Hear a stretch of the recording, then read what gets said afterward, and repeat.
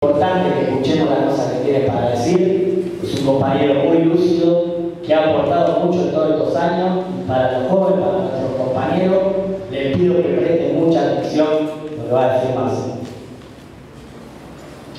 Bueno, buenas noches compañeros, compañeras. Casi me hace poner colorado, ¿no? Con semejantes elogios. Agradezco al compañero intendente, a Ricardo, que le habremos invitado. Hasta ahora, todas las veces que he venido acá a Marcos Paz, he venido de la mano de NACO en distintas etapas históricas de nuestra militancia, ¿no? Cuando estamos lo que nosotros llamamos nuestra etapa de resistencia, y ahora que en la misma etapa histórica nos toca asumir una tarea de gobierno.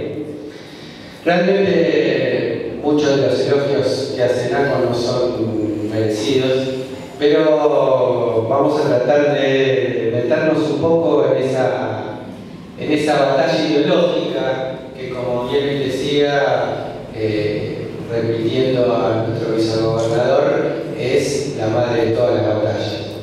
Y una parte no menor de esa batalla ideológica es discutir, como estamos presentando hoy, cuál es el rol del Estado en el proyecto nacional.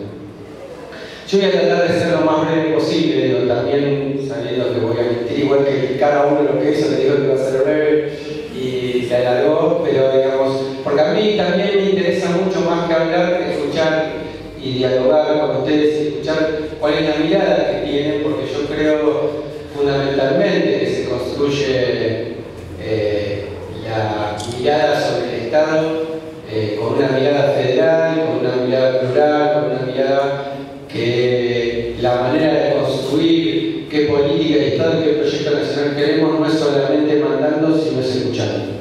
Yo por eso voy a tratar de estar, en la medida de mis posibilidades, tengan en cuenta que no siempre lo logro, digamos, el libro al cual hacía referencia a NACO tiene 600 páginas, lee en 4.8, con lo cual, digamos, mi capacidad de síntesis no es muy buena.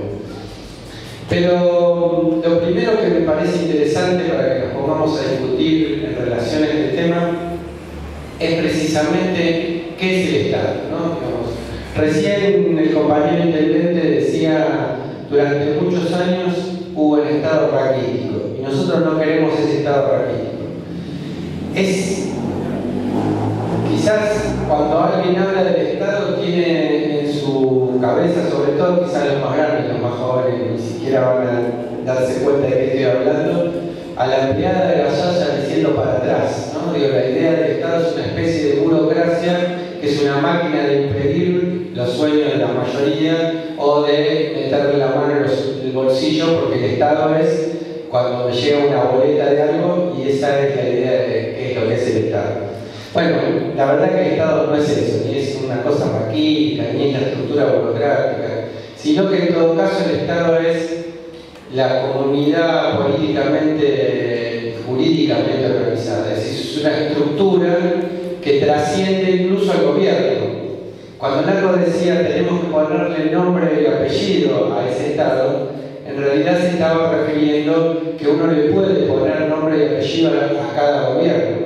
Pero cada gobierno y cada pensamiento que le toca conducir el Estado, esa estructura política que le toca conducir, esa estructura jurídica mucho más grande, más fuerte, que tiene que gobernar, como decía el intendente, sobre los 45 millones de argentinos, no solamente sobre aquellos que decidieron como mayoría afirmar en un sistema democrático ese gobierno. Lo que tiene que hacerlo es con un proyecto. Digamos, la discusión ideológica, en realidad la discusión de los gobiernos, es en última instancia la discusión, o siempre subyace un concepto de qué es lo que es el Estado y para qué sirve. Durante los 90, en la época de acoger el liberalismo, pero en realidad nos tenemos que retrotraer mucho más atrás. Lo dijo con mucha claridad NACO recién, el golpe de Estado genocida, oligárquico militar, me gustó esa idea, digamos, que que se implementó el 24 de marzo de 1976, vino a imponernos desde el gobierno, ¿no?, un modelo de Estado. ¿Cuál era ese modelo de Estado que vino a imponernos esa dictadura y que necesitó para imponerlo no solamente desaparecer a 30.000 de nuestros mejores compañeros, que eran aquellos que podían darle resistencia y pelea a la implementación de ese nuevo modelo de Estado, sino también a cientos de miles que se exiliaron, a cientos de miles que también sufrieron exilios internos, a decenas de miles que sufrieron cárceles, es decir, imponiendo sobre el terror y el miedo las condiciones de qué Estado.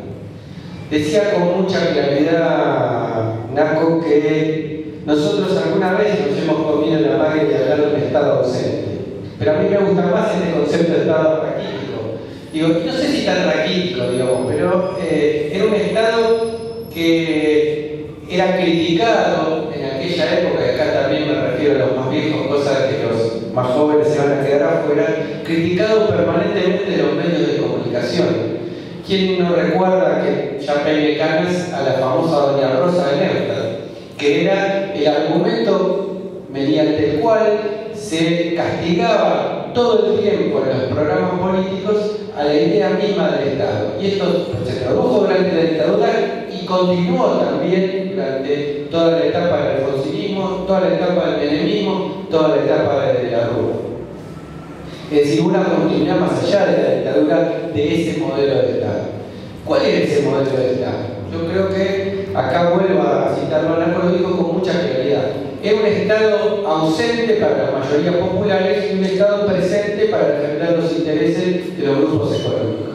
Es decir, ese modelo de Estado en realidad es una especie de no Estado. Cuando nos dicen que el Estado no tiene que intervenir, en realidad nos están diciendo que lo que tiene que intervenir, que lo que tiene que mandar, no somos las mayorías a través de nuestra voluntad, sino que lo que tienen que mandar son los grupos económicos, los que tienen que mandar son aquellos que nunca votan. Yo no conozco un grupo económico que se maneje democráticamente. Se maneja a partir de la propia voluntad de aquellos que son los dueños del capital.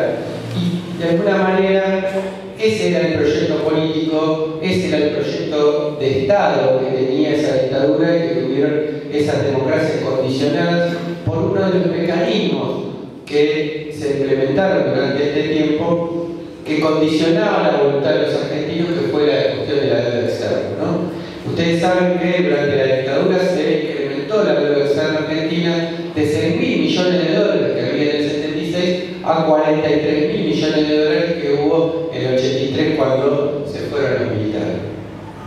Uno podría decir que esto es solamente una cifra. Ahora, la diferencia entre 6.000 y 43.000 millones era una diferencia considerable en el conjunto de lo que producía la Argentina y por lo tanto esto condicionó las políticas de la Argentina. Ese Estado terminó siendo un Estado subsidiario, no solamente subsidiario de la economía, sino subsidiario, como decíamos antes, de los intereses de los grupos económicos, y esa mentalidad que tanto odia al Estado empresario ama al Estado cachiporra, ama al Estado represor, ama al Estado que sirve para ponerle límite a los de afuera. De hecho, lo que se construyó a partir de 1976 en Argentina fue las nuevas condiciones de la dependencia. Porque uno siempre tiene que preguntarse cuáles son las maneras, cuál es el carácter de las cadenas que nos sumen y que no nos dejan desarrollar y crecer como patria, como nación, como pueblo. Acá yo siempre recuerdo una cosa que decía Jauretche, que es, él se preguntaba por qué a los socialistas, cada vez que hacían un mitin antiimperialista, los diarios más conservadores, como La Prensa y La Nación, en aquel entonces Clarín no existía, Clarín fue fundada en el 45, ¿por qué le daban tanta prensa? ¿Por qué le dan tanta bola?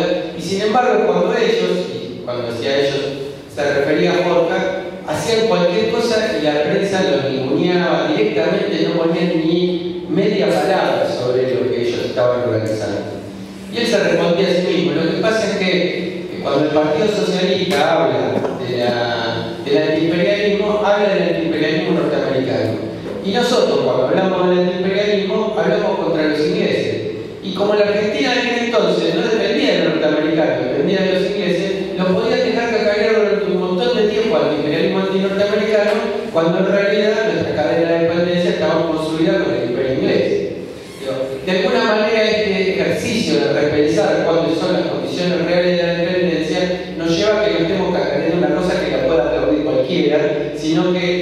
meta con intereses concretos, materiales, que son los que nos limitan para nuestro desarrollo. Un Estado no se construye como tal si no tiene un proyecto y se afecta a intereses. La política es siempre disputa de intereses. Decía el general que no se puede hacer tortillas sin romper huevos. No se puede hacer una política en beneficio de las mayorías sin tocar determinados intereses.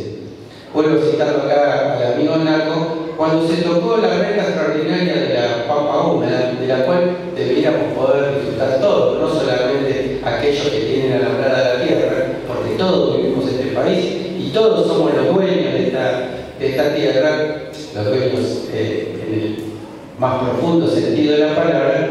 Digo, se tocó apenas el 3% y casi quisieron destituir a la presidenta. De alguna manera hay gente que se siente dueña y cree que el Estado es su estancia.